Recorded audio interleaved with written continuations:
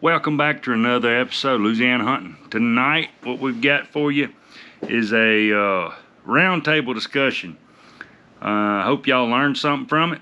I appreciate you watching. And it's a long video, I know it is, but it's three of the best professional coon hunters in the state of Louisiana. I ain't gonna say they are the best, but they are three of the best. So, hope y'all get something out of it, and let her roll.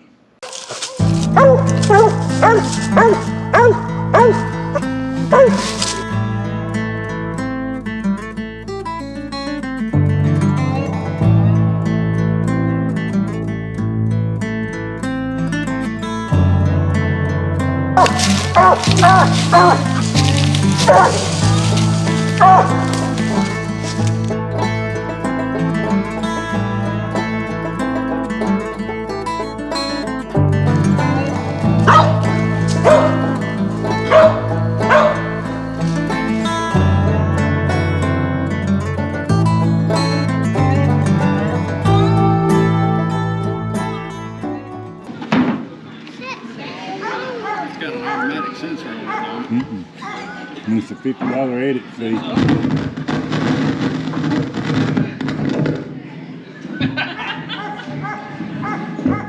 Leave it to you to mess it up, Jesse.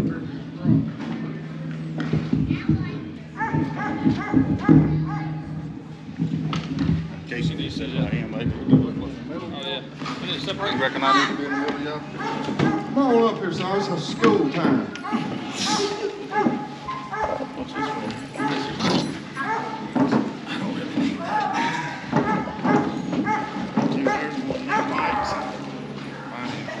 Not yet. All right, we ready? No. All right then, so we got everybody's attention there? No. No? You ready? Okay. So these are, of course, three of the most professional coon hunters in Louisiana. We got the president of our Coon Hunters Association, Mr. Jesse Lively, Mr. James Hughes. We got also Mr. Dooley, and he's, according to him, he's one more than The king. the king. The king, okay. All right.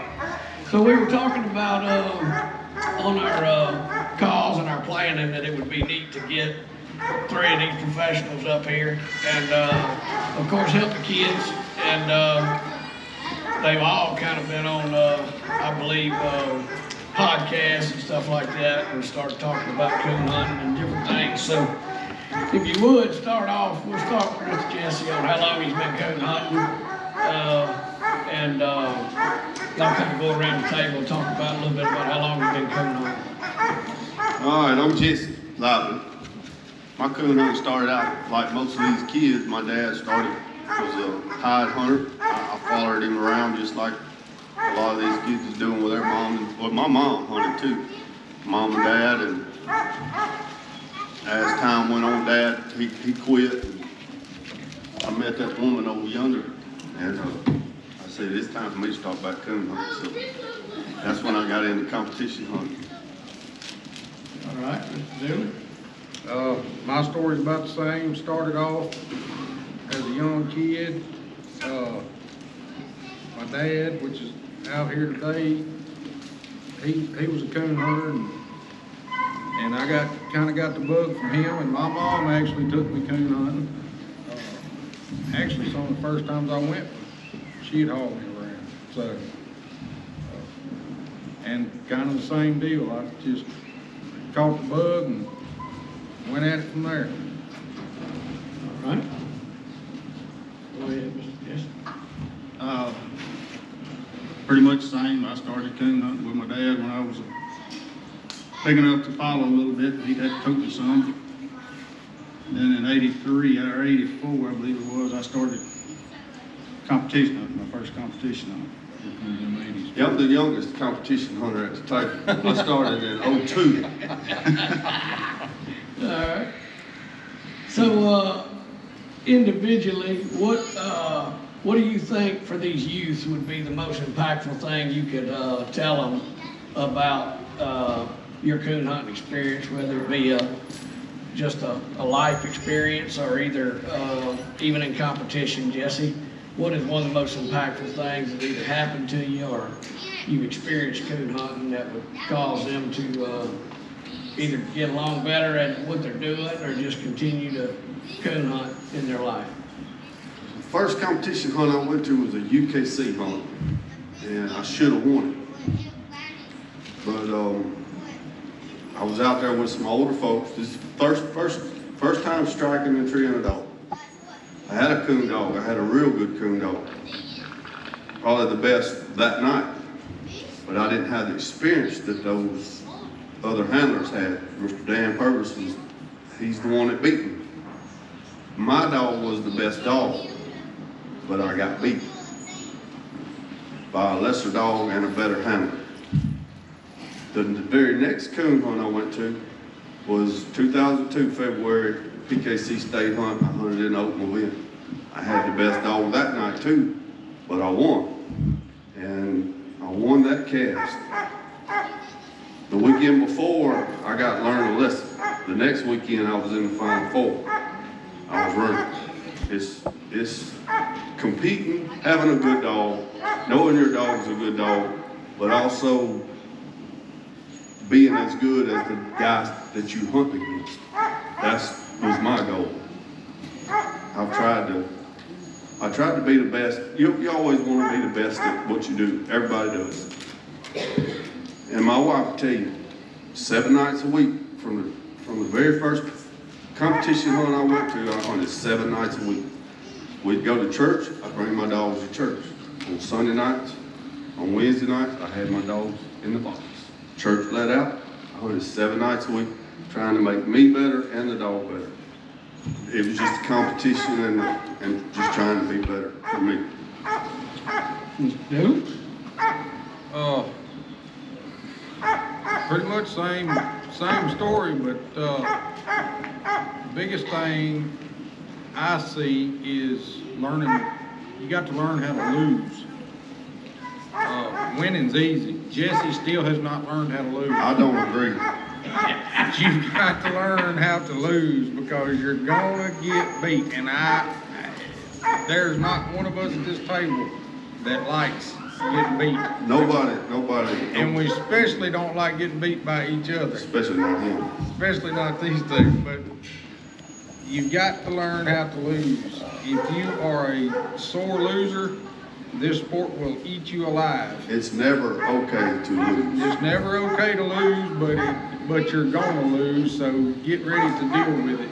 Get used to it. Learn from Don't get good at it, just get used to it. Yeah, don't get good at it. Yeah, exactly. But be a good sport. You can beat each other to death in the woods, but try not to take it so personal. And I do it. I mean, I take it personal a lot of times. We all do, but it's try not to get so personal with it where you're competing with somebody, but then all of a sudden you hate them because they beat you or they outdid you. That's not the goal. Yeah, no, I agree. And there's not 3 more fierce competitors here than us 3, but you got to learn to get along. But you've also got to learn to stand up and not give in too. But knowing the rules and knowing the rules inside and out is the main thing, and knowing your dog is some of the tips I guess I could give. That's where that 7 nights a week comes in. Exactly. Mr. Jesse? Well, I'm gonna say this, and I don't care who you are, if you're competition hunting, here we go. We'll learn the rules. And I don't care how many times it takes to read that blue book. I used to read it once a month for years. I read that blue book. It wasn't because I didn't know the rules. I always picked up something every time I read them. And knowing the rules will help you keep from getting beat a lot of times or somebody taking advantage of you. Because there is people out there that's going to take advantage of you if you don't know the rules. Competition hunting is a team effort. It's you and it's that dog. You got to know that dog. You got to know that dog. He said learn the rules. he's exactly right, 100%. Just as well as you know them rules, you gotta know that dog just that way. When these dogs have certain barks, if you hunt that dog every night, when he makes a certain bark, you know what it means. You spend time with that dog, you learn that dog, you know that dog, just like you do those rules, you will win. Now, I said that to say this, you can take the sorriest dog in the world, and you know those rules, you can win. Plain and simple. I mean, you can.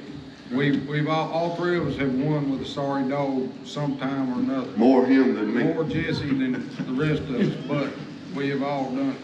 But it's knowing, like he said, knowing your dog, knowing what it's doing every minute of that hunt. Talk a little bit about integrity in coon hunting. Because again, we're talking about these kids There is none.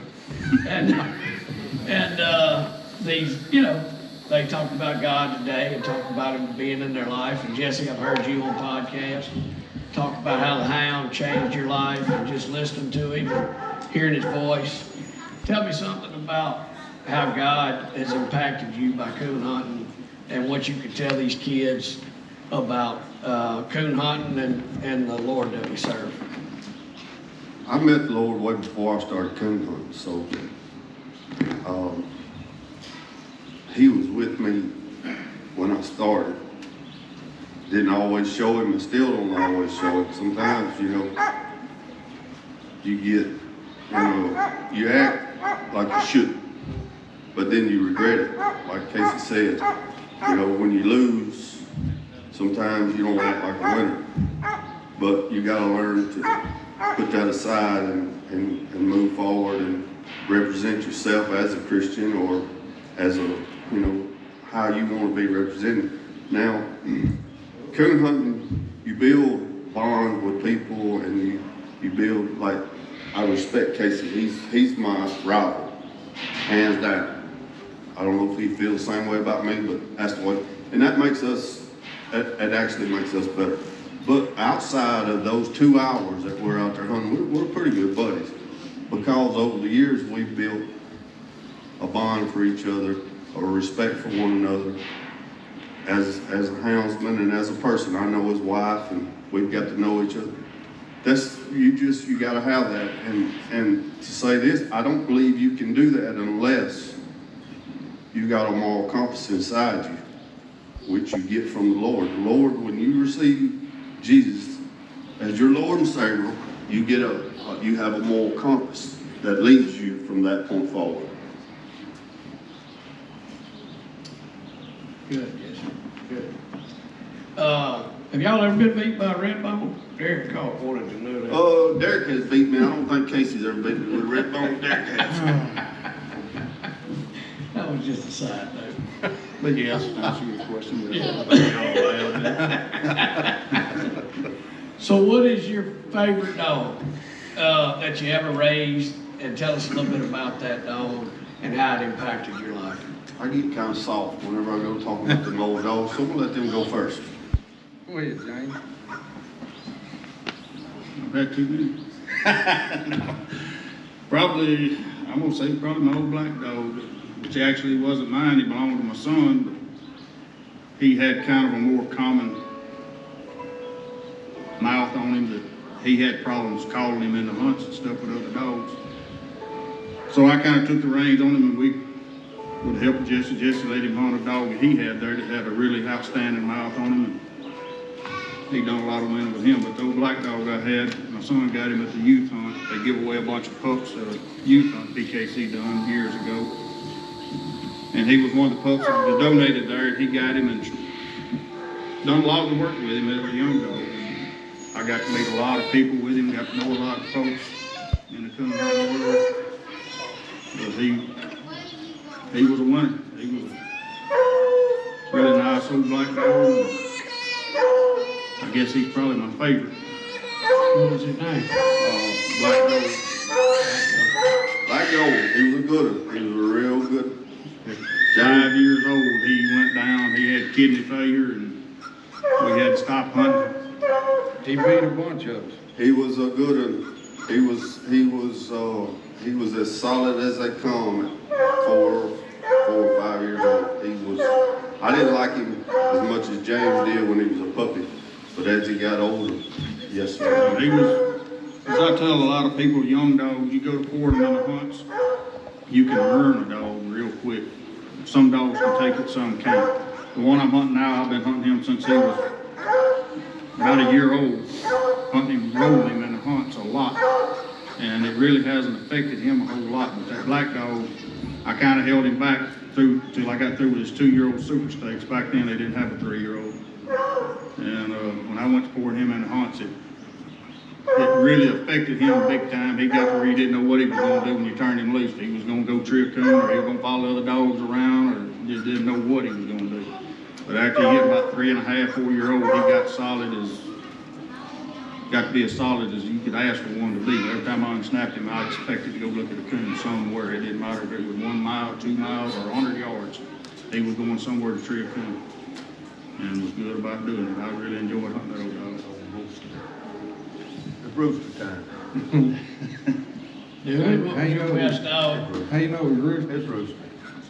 Yeah, probably my favorite was an English dog I had named Rooster. I won more with other dogs, but Rooster was solid. He was just a coon dog.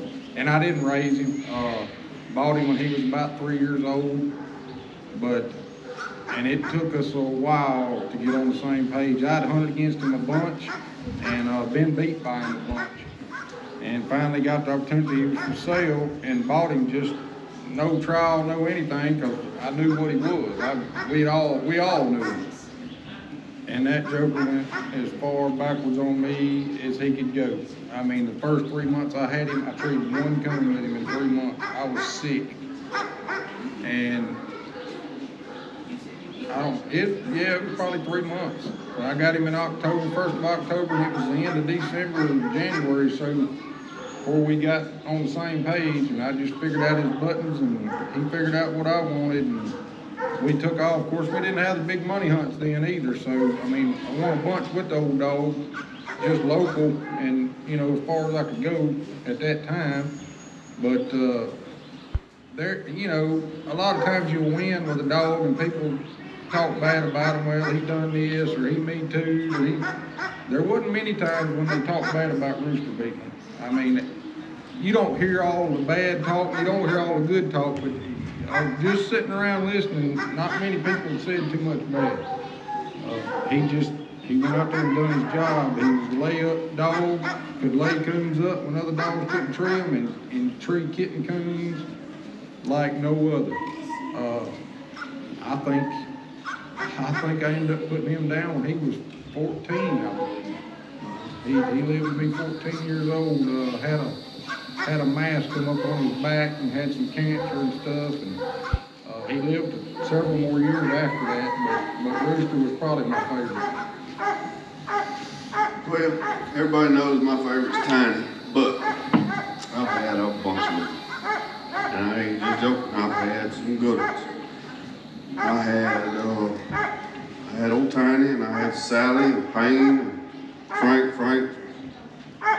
Frank's right there at the top. His Tiny was his daddy.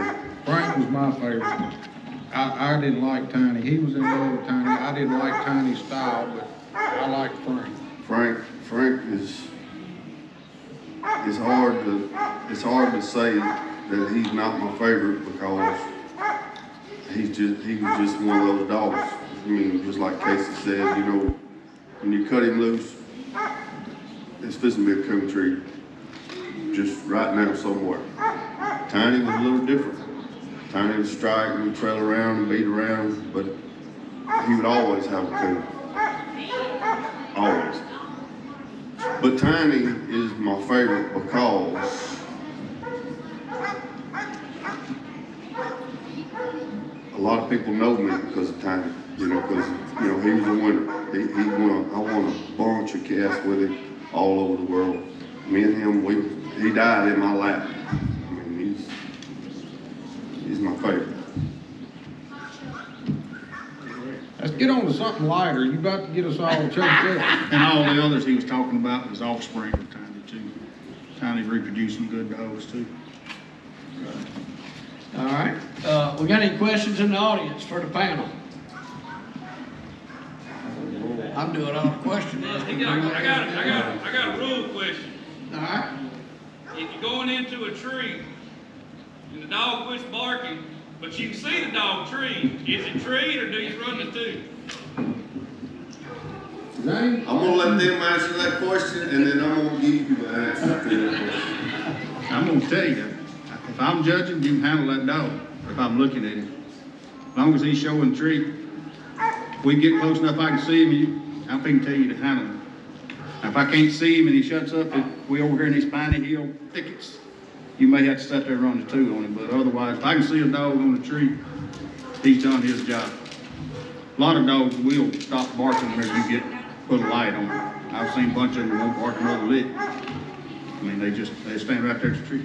I think it depends on the situation too, like James said. I mean, if you're in wide open timber and the dog's 100 yards out there and you can see him and he quits barking, I'm gonna run the two on you, Jesse. But I mean, you know, if you're right there on him and he shuts up, yeah, I'm gonna, you know, we're already proceeding right there. I'm gonna tell you you're gonna handle him, but right or wrong, it kind of depends on the scenario, I guess you'd say. Okay, here's the answer to this question. When y'all read that rule book, do what James says and read it, and in there's a rule that says common sense. You gotta use common sense. If you can see it, you can judge it. You can hear a dog fight in the woods, but if you can't see them dogs fighting, you cannot scratch them. If you walk up there and that dog hushes and you see him standing on the tree, running up down that tree, you see him, you do not run the two on that dog. He is showing tree, you handle it. That's the way I feel about it, and I'm one that if I'm walking into a tree, especially when I'm judging this, I tell people to keep their lights down, because I don't want that light going up on that dog because if there's more than one dog or a tree, and you walk up there, if one of them happens to be off that tree and you're 100 yards from them, you got 3 black dogs or 3 blue dogs or 3 walker dogs. It's hard to tell which one's which that's off the tree. So I try to make people keep their lights down. Don't be shining, walking into a tree, trying to shine the dogs as far as you can. Keep the light down. And when you get close enough, I feel like I can see all the dogs, I'll put my light up on bright and look and see and tell them to handle their dog. Dog shuts up, that's just part of it. You still handle it as long as he's showing tree. Anything else? Next. any other questions? Here's a hard one. Who's the best coon hunter in the state of Louisiana? Jesse Lively. And why is it Casey Dooley? Casey Dooley. Casey Dooley is the king of Louisiana. Who's got the Okay. most lifetime earnings? Hold on. Somebody asked me about Okay. that. Y'all talking about Louisiana, who's got the most state championships? Hold on, man. With all that, that's all fine and dandy, but who wins the most coon hunts by tree and coons? In Crowville, Louisiana. Jesse Jesse Lively. Lively. Yeah. Who's the most humble? Jesse Lively. James Probably Hughes. James Hughes. That is, I hate to say it. Any other questions from the panel? Y'all good? All right, I'll ask a question. I'll ask it in a minute, it's gotta come back to me. I'll tell y'all one thing, you know, he's talking about leaving things in the woods. When Jesse first started coming, we was pretty good friends. And me and him have had some kind of arguments in the woods. Big time. And But that's, as soon as that hey, buzzer goes off, let me break in on we're that for a done. second. And that's what a lot of people think. Is cause these two's got dogs with the same name on them, that they'll team up on you. That's not the reason. It's so they don't have to draw each other, cause they will kill each other out there. They are friends, but they're probably as bad as me and one of them, or if any of the 3 of us draw out together, is Katie Bar the when you door. start that stopwatch, we out there to win. I'm looking for somebody that might be here that I've hunted with that I probably hadn't got into it with. I've been working. I haven't seen nobody. I mean, it's gonna happen out there to try to leave you conflicts in the woods, if you just have a disagreement. Everybody is entitled to their opinion, the way I look at it, and everybody's opinion ain't the same. Everybody's gonna have different You do opinions. not want to win in in competition coon hunting, you have got to stand on what you think's right out there in those woods. If you think you're right, you got to. There's a procedure in that book that you got to go by that none of us hardly ever use because we get upset. Look, I have lost more casts because I got mad out there in the woods. Get mad and do something stupid, and when all I had to do was just say, okay, I'd like to question it, get the cast to vote, and if I didn't like that, put up $25 to go to the clubhouse, stay cool, stay level-headed instead of getting, not me, I get mad and withdraw or get mad and do something and get beat when I shouldn't have. I can remember one cast out of all my years of hunting. I've been a PKC member since '93, and I can remember one cast that I was mad in that I won. That's it. I remember a bunch that I was mad in, but I did not win. But I can remember one that I was mad and I actually won, and it was pretty much a luck deal. But you can't get mad and lose. If you get mad and lose your head in these hunts, you will not win 99% of the time. Well, he's never mad when he's in it. Well, that's true. Now, Sometimes I am. But when you draw out with folks like me and Casey and James, just say if it was me and Casey and James, and then you, any of y'all, the best thing to do would just be sit back, strike a treat, let us get into it, and then beat us. Yep. And it happens more times than not. So these kids will be going, some of them will be going to nationals here in Paducah, Kentucky. And I've taken Braxton and several of these kids with me to Paducah, the World. What is your advice for them prepping for that? What could you tell them that they should do to really be ready when they're a month away from a big hunt with their dog? And how should they prepare for something like that when they know they've got 3 nights to get in or 4 nights to get in? Of course, we're at our state hunt right now, and it's kind of unique that it's about a month ahead of time. What would you tell them to do a month ahead of time? Me personally, is what I've seen lacking in the younger age group nowadays is getting in the woods. Dog preparation is probably Put the your biggest time thing. in. I preach that to that bunch of knotheads sitting down there. Put your time in. If you want to win and be prepared, you have to sacrifice. You have to. If you want to do this and do it on a big level and win big, you've got to sacrifice.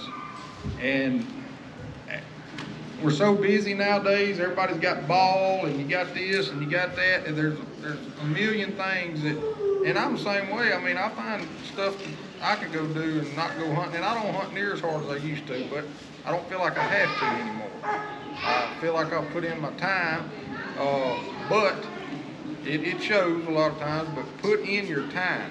The time in the woods is valuable. It may not come tonight, but it will show up. Wouldn't y'all agree, like a rodeo, when they get ready to go to a rodeo, that's the show, right? Exactly. So when you're going to nationals or you're going to a big hunt, that's basically you showing what you've done prior.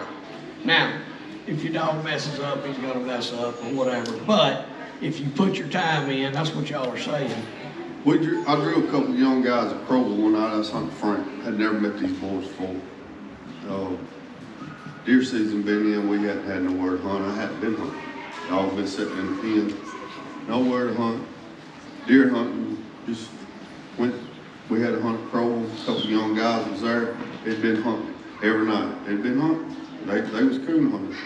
They loved it. They had been hunting.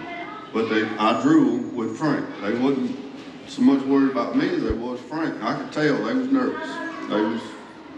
They was kind of depressed because they felt like they was going to get beat. I told them, I said, boys, y'all been hunting? Yes, sir, we've been hunting every night. I said, y'all probably going to win this cat. Well, we can't beat Frank. I said, yeah, Frank's been sitting in the pen. I said, I ain't been hunting him. I said, he's going to go through a cow when I turn him loose. I said, but your dog's conditioned. Y'all been hunting. Y'all probably do all right. Don't worry about it. Hey, they went out there and they spanked me. They put it on. They was ready. I wasn't. I mean, they had been hunting. They had their dog ready. They was ready, and it showed. But at the Nationals, leaving home, going up there, The different ball game. when you go up there and get beat and you come home, if you hadn't done your homework and you hadn't put in the time to prepare yourself and your dog, you go up there and come back, you're gonna be down on yourself because you got beat. It's your fault. If you prepare, you put the time in, and you go up there and you get beat, you don't feel near as bad about it because you was ready. It just didn't happen. You know, it don't always happen. You're not gonna win all of them, and it's hard to win up in that country. I mean, it is. You can take the best dog, you can have the best dog, and you'll get beat. I mean, I do it all the time. I feel like every time I go to the woods, out of those 4 dogs, I feel like I got the best dog, but I don't always win. So, but I always prepare. My wife will tell you, I cannot sit at the house knowing I'm going to a hunt and let that dog. James will tell you, he knows me. I'm going hunting. I got to go because I gotta feel like I'm ready. Now, James, on the other hand, he's ready all the time, whether he hunts or not. Yeah, some people can do it. When you got I the dog. can't. I mean, I feel like I've got to hunt. It's aggravating. Been getting beat too. You know, and a lot of people, especially if you start winning a bunch, they want to call you lucky. And you are. you've got to be lucky. Me personally, You are lucky. well, I feel like y'all been really I got a good dog. You're lucky. to be lucky, you've got to put yourself in a position to get lucky. You can't sit at home and win. You can't not hunt and win. You can't put your time in. You've got to put yourself, you've got to catch the breaks. You've got to catch the lucky breaks. And there's a lot of breaks in these hunts that if you got to fall in that window to get it right, because especially on the big level, like the Nationals and all that, that's the best of the best. Everybody's pretty much on an even playing field, so one little bobble and you're out. So you've got to catch those breaks, but you've got to put yourself in that position to catch those breaks. And that comes with knowledge of the rules, and that comes with preparing your dog and being ready. Do y'all believe that a mentor is important in the coon hunt sport? A mentor. Absolutely. Does everybody need a mentor Yes. that they can call, that they can talk to? I am 48 years old. I've been doing this since 2002. Been coon You're hunting. not the youngest one up here. As far as years in competition, I'm the only. I still today call. I got certain people I call, and we talk. And we talk rules. We talk dogs. We talk about if I got a dog that's doing something. I got a dog right now that trees coons every time I turn him loose, and it's hard to win with him. I do not know why, but he trees coons, and it's hard to win with him. And I've called everybody in the country, and they said it ain't the dog, it's you. You just going through a bad streak. But yes, I've called these two, and we've talked. But yes, never try to figure it out by yourself, because one phone call and somebody will say something, and you know it helps. Absolutely. The difference between pleasure and getting ready for competition, correcting your dog, or just going hunting. Totally. Tell them the difference. Should you look at it difference when you go get ready for competition? I don't pleasure hunt anymore. I never pleasure hunt. We used to go and hunt, and build a fire, but when I started competition hunting, my brothers quit coon hunting with me. When I started competition hunting, they quit hunting because I'm not pleasure hunting. I'm always training. I'm always trying to find something. When that dog is doing the best he can do, I'm looking for something that he's doing wrong so I can fix it. Right. Always trying to get better. Yep. So you can't let your hair down. When I go during the week to get ready for a hunt, like I said, I'm not pleasure hunting. It's work. I line the dogs up. I load them the same way I do when I'm going to a hunt. I line them up the same way. I cut them the same way. I hunt them the same amount of time. And like he said, my brother and a lot of my buddies used to go with us, and then I kept doing it like that. And they're like, this ain't no fun to us. We're going home. And they'd be done, and it'd just be me out there. here I am. So, shooting coons out to your dog, competition-wise, how much healthy or not healthy? What have y'all seen and learned in that? It's all about the dog. Depends on the dog, 100%, and I mean, that comes into That goes learning your That dog. goes back to the mentor and Well, talking to that- people and you knowing your dog. Well, that and experience, I mean, you know, trial and error. Some dogs, you go shooting coons out to them, and you just see how they react to it. And if it's in a negative way, some dogs, you know, you go shooting coons, they start making too many trees, they start missing some. You keep up with your, And you just have to play it by ear, you know, kind of. keep up with their average on their trees. You know, if you shoot a coon, just say tonight, the first tree you make, you shoot that coon after that dog, keep up with the average, say the next 7 or 8 trees and see. And if he's having coons in every tree, then, I mean, it hurt him to shoot him out, but we've got a dog that you can't shoot coons to. If you shoot a coon out to him, he's a tree fool. He won't tree coons. But if you don't shoot coons out to him, he generally has a coon when he trees. So it's up to your dog. I think a lot of shooting coons out is more for the owner, the dog handler, than it is the dog. I think people get more gratification out of that than the dog does. These dogs are born and bred to pursue game. They don't have to have fur in their mouth every tree. I think that's more for our mental well-being than it is the dog, personally. Well, I disagree there. I mean, I agree with it a lot, but it is different from dogs. I got 2 at the house. One of them, when I was competition hunting him, if you didn't shoot coons to him, he wasn't gonna make many trees and he wasn't gonna have very many coons. But if you knock coon after coon after coon out to him, he hardly ever missed. Some of them are. And the one I'm hunting now, you go to shooting too many to him, he gets to missing a little bit. It's not as bad, but they both just almost totally opposite dogs. I mean, just one of them you had to shoot coons to, or you could forget it. You wasn't gonna need taking him to a hunt. I mean, he just didn't operate. I killed every coon when I was hunting tiny. If I wasn't at a coon hunt, at a competition hunt, I killed every coon he treated. Every coon he treated. Every coon he treated, I shot out to him.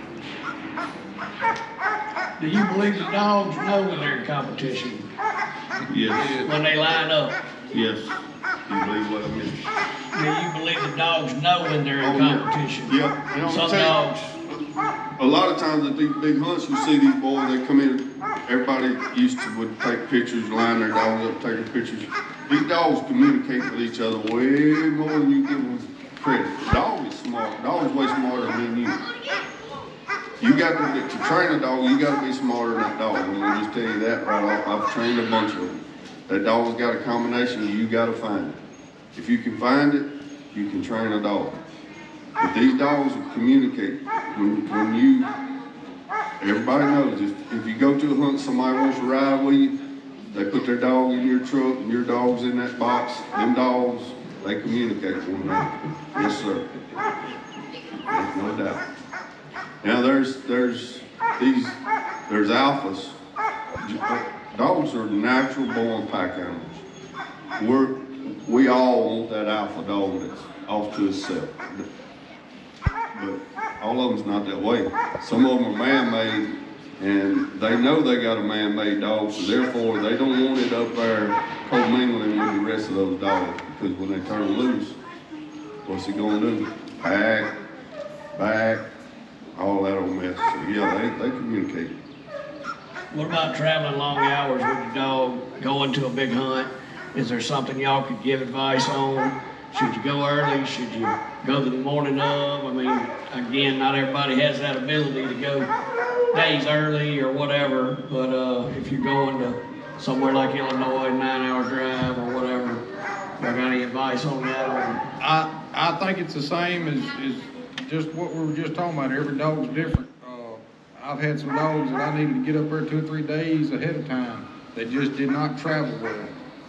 I've got some dogs that you can drive up there all day long and get out and go in an hour, go hunting, and they're the same as they were, but they're all different. So that goes back to learning your dog. You need to You need to figure out what kind of dog you got and capitalize on that. I drove 14 hours to Ohio to the English Nationals, and my dog wouldn't eat for 3 days and wouldn't function.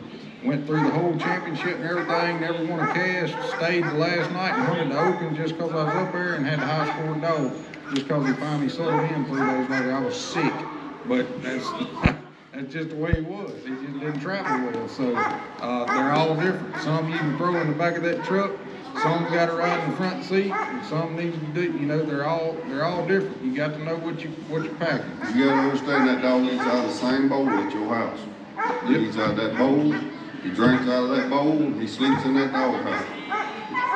Getting ready to go to the Nationals, it would not hurt to feed that dog on the tailgate. When you go hunting, when you get through hunting, have that feed, put him up on that tailgate, feed him, water him right there on that tailgate. Repetition. That's where he's gonna eat at while you're gone. Repetition is the key. Yep. And I know y'all all been on big hunts and all.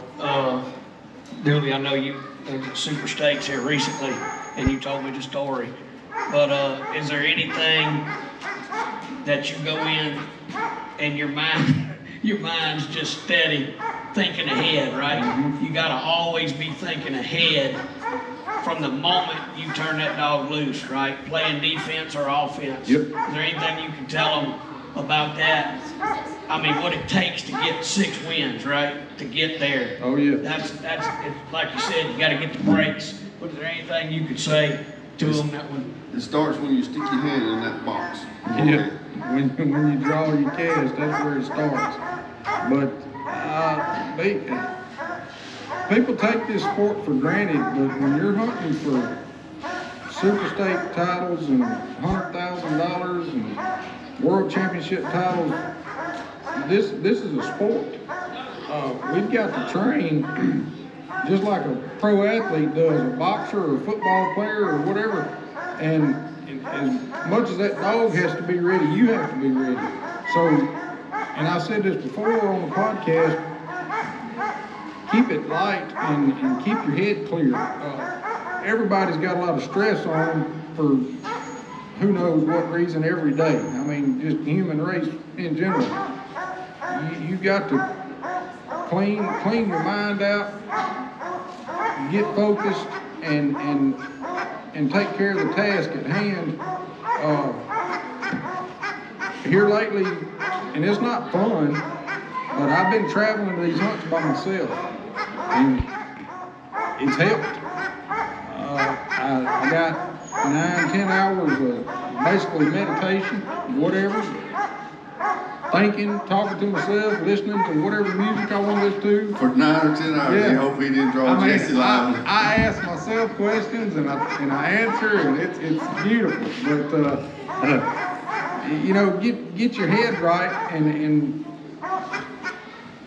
go into it trying to win, but go into it believing that you can be beat. Some people show up thinking that they're not going to get beat. They really got that in their head that I'm the best here and I'm going to lose. I mean, I'm going to win. And they get beat. Well, then all of a sudden they got cheated. You're going to get cheated in this sport. You're going to get cheated in any competition you ever do. But you're not going to get cheated as much as you think. Most of the time, you don't know the rules, is the whole deal.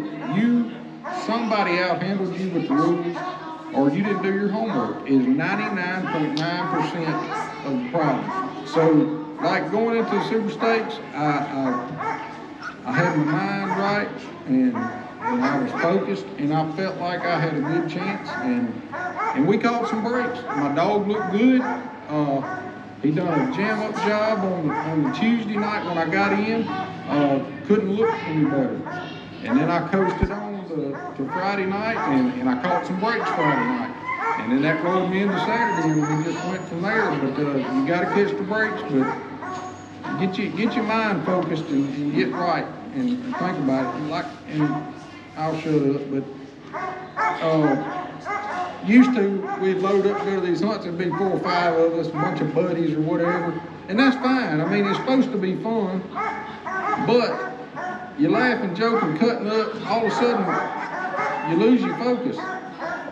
Keep it fun, keep it light, but know why you're there. You know, you can sit around and have a party at the house, but when you're traveling like that and trying to win something big, you need to get your mind right. I hunted for 2 years. I won one cast in 2 years when I started. I won one cast in 2 years, my first 2 years competition. Yes, sir. You got to want it. I was in it, too. I was in it. And when I started, there's some good dogs out there now. I mean, we can sit here and be honest with ourselves if we want to, but years ago, buddy, if it was a 4-dog cast, it was 4 good ones. Yep. It was hard to win here. The top 16 in the state of Louisiana was very hard to make that 16th spot. Yeah. And when you get schooled every night by those kind of dogs and those kind of people, you learn a lot. You learn faster. You spend a lot of money on entry fees. So yeah, I mean, you got to be ready. You got to have a good dog. I always thought about, man, what would it be like to live in Adamsville, Tennessee, where you had to hunt against those dogs that you see in those magazines every month? They ain't near as good as what we hunt with right now, I'm gonna tell you. Because I drew them and I've hunted against them and I beat them. These dogs that we got north, it's hard to win here. You better have a good dog. James, how many state championships have you won? You tell me? I don't. I lost count. 5 state champions. 5 PKC state championships. That's why we call him Double Horseshoe Hughes. I ain't won a cast in over 2 months. I've done a bunch of it.